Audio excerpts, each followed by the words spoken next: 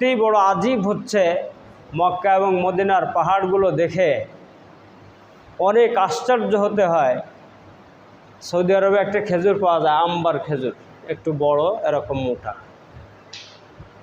এর একটা খেজুর খেয়ে সকালবেলা নবীজি সাহাবাদেরকে একটা খেজুর দিছে।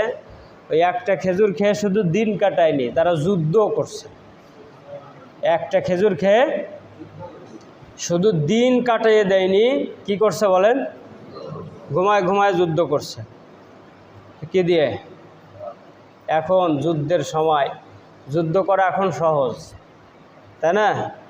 গুলি করতে হবে, কামানের ভিতরে বসে গুলি করবে, স্নাইপার দিয়ে গুলি করবে, বিমানে করে গুলি করবে, কষ্ট খুব কম। কিন্তু মক্কা এবং মদিনার পাহাড়গুলো না দেখলে বোঝা যাবে না যে সাহাবা একরাম রাদিয়াল্লাহু তাআলা আনহুম আজমাইন কি পরিমাণ কষ্ট করছে, কি পরিমাণ, কতটুকু না। বুঝে আসছে? আল্লাহু আকবার কাবীরা। সম্মানিত হাজরিন, তো একটা খেজুর খেয়ে দিন পার করে দিছে, যুদ্ধ করছে। কিন্তু আমরা এক ওয়াক্ত খাবার না থাকলে বিভিন্ন কথায় জড়িয়ে যাব, আমরা টিকতে পারবো না, থাকতে পারবো না, নাভির শ্বাস উঠে যাবে। সম্মানিত হাজরিন, এজন্যে এই সময়টাতে বৃষ্টি হলে শুধুমাত্র কৃষকের ক্ষতি না, ক্ষতি কার বলেন? বোঝেননি না? ক্ষতি কার? ক্ষতি আমাদের সবার। আমার টাকাটা বাইরে চলে যাবে, এমনকি আমাদেরকে মুশরিক রাষ্ট্রের উপর, আমাদের শত্রু রাষ্ট্রের উপরে আমাদেরকে নির্ভরশীল হতে হবে। কথা বুঝে আসছে? এই ভারত কোনোদিন আমাদের বন্ধু ছিল না, এখন নেই, ভবিষ্যতেও। এটুকু ভালো করে মনে রাখবেন।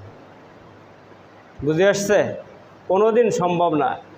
আমি আসার পরে কয়েকজনকে বলছি যে তর্কের খাতিরেও যদি ধরে নেই যে শয়তান কারো বন্ধু হতে পারে। কি কইছি বলেন তো?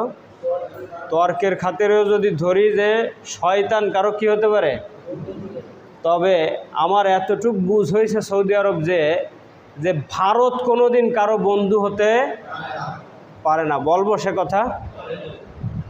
কাবা শরীফের চত্বরে যখন তওয়াফ করি, এক ইন্ডিয়ান আমাকে বলতেছে, আপ পাকিস্তান হো? তুমি কি পাকিস্তানি? বলছে না, আমি বাংলাদেশ সে। আমি বাংলাদেশ থেকে আসছি। ও হচ্ছে মূলত ইন্ডিয়ান, কিন্তু জিজ্ঞেস করে যে তুমি পাকিস্তানি কিনা।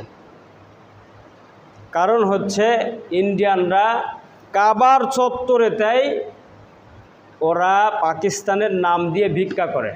কি করে বলেন? পাকিস্তানের নাম দিয়ে ভিক্ষা করে।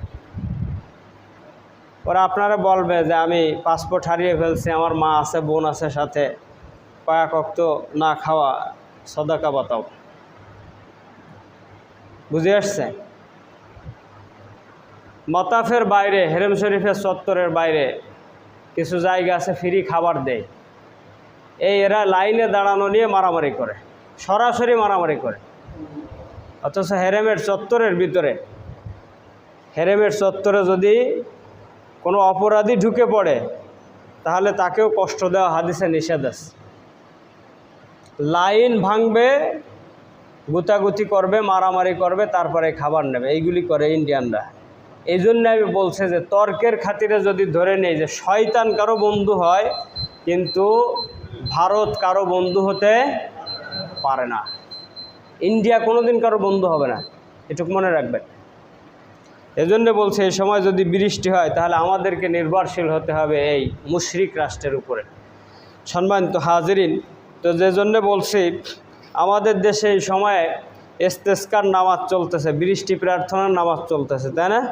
বললে বলবেন হুজুর কথা একটু কেমন কেমন হয়ে যাচ্ছে। বাংলাদেশের অনেক বড় বড় আলেমরা এই সময় বৃষ্টি প্রার্থনা করতেছে, তাই না? শেখ আহমদুল্লাহর মতো মানুষ, সেও বৃষ্টির জন্য দোয়া করছে, তাই না? সেও দোয়া করছে। বলবেন হুজুর তাহলে সূত্র কি? আমি আপনাদেরকে প্রশ্ন করি, বাংলাদেশে কয়টা ঋতু বলেন তো? বলতে পারবেন 6টা ঋতুর নাম? বলেন তো একজন, বলেন। গ্রীষ্মকাল কয় মাস? হ্যাঁ, কোন কোন মাস? বৈশাখ। আর এখন কোন মাস চলে বাংলা মাস? এটা কি বৃষ্টির মাস না গরম পড়ার মাস? কথা বোঝেন? এটা হচ্ছে গরম পড়ার মাস। আজকে সবেমাত্র বৈশাখ মাসের 13 তারিখ। আপনি যদি এখন বৃষ্টি চান তাহলে তো এটা ঠিক না ভুল বলেন তো? এটা ভুল, এটা ভুল। বৃষ্টি চাওয়া দোষের না, বৃষ্টি চাওয়ার জন্য নামাজ পড়া দোষের না, কিন্তু এখন বৃষ্টি চাওয়া হয়েছে দোষের। আমি বুঝাতে পারছি?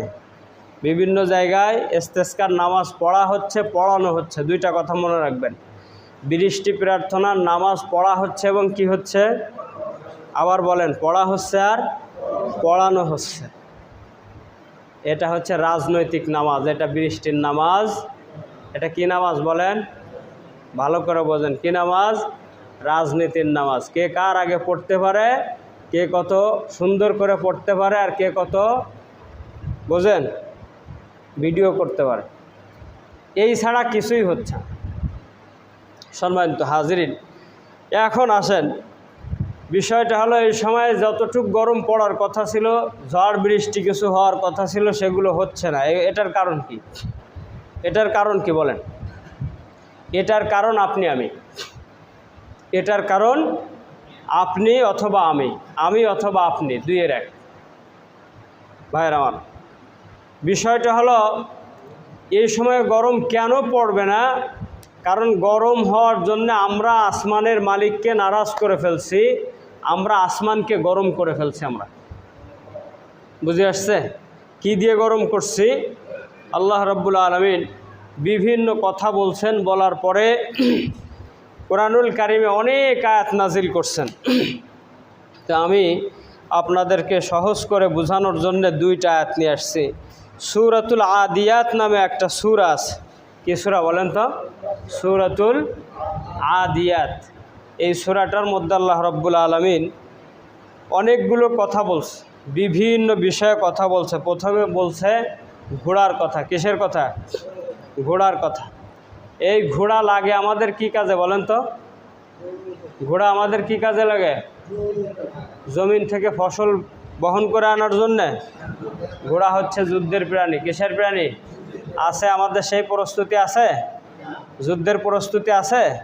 যুদ্ধের প্রস্তুতি নেই। বরং দেখেন, শ্মশানকালীর পূজা নামে হিন্দুরা শ্মশানকালীর পূজা দিছে তলোয়ার উঁচা করে। আর একটা অনুষ্ঠানকে কেন্দ্র করে ঢাকার একটা ছেলে হেফাজতে ইসলামের ডাকে ঘোড়ায় চড়ে আসছিল, যার জন্যে জঙ্গি মামলা দিয়ে তাকে 3 বছরের জেল দেওয়া হয়েছে। শুধু ঘোড়ায় চড়ে আসছে। আর শ্মশানকালীর পূজা দিতে যে বাংলাদেশের বেশি না মাত্র 42টা জায়গায় হিন্দুরা তলোয়ার উঁচা করে তারপর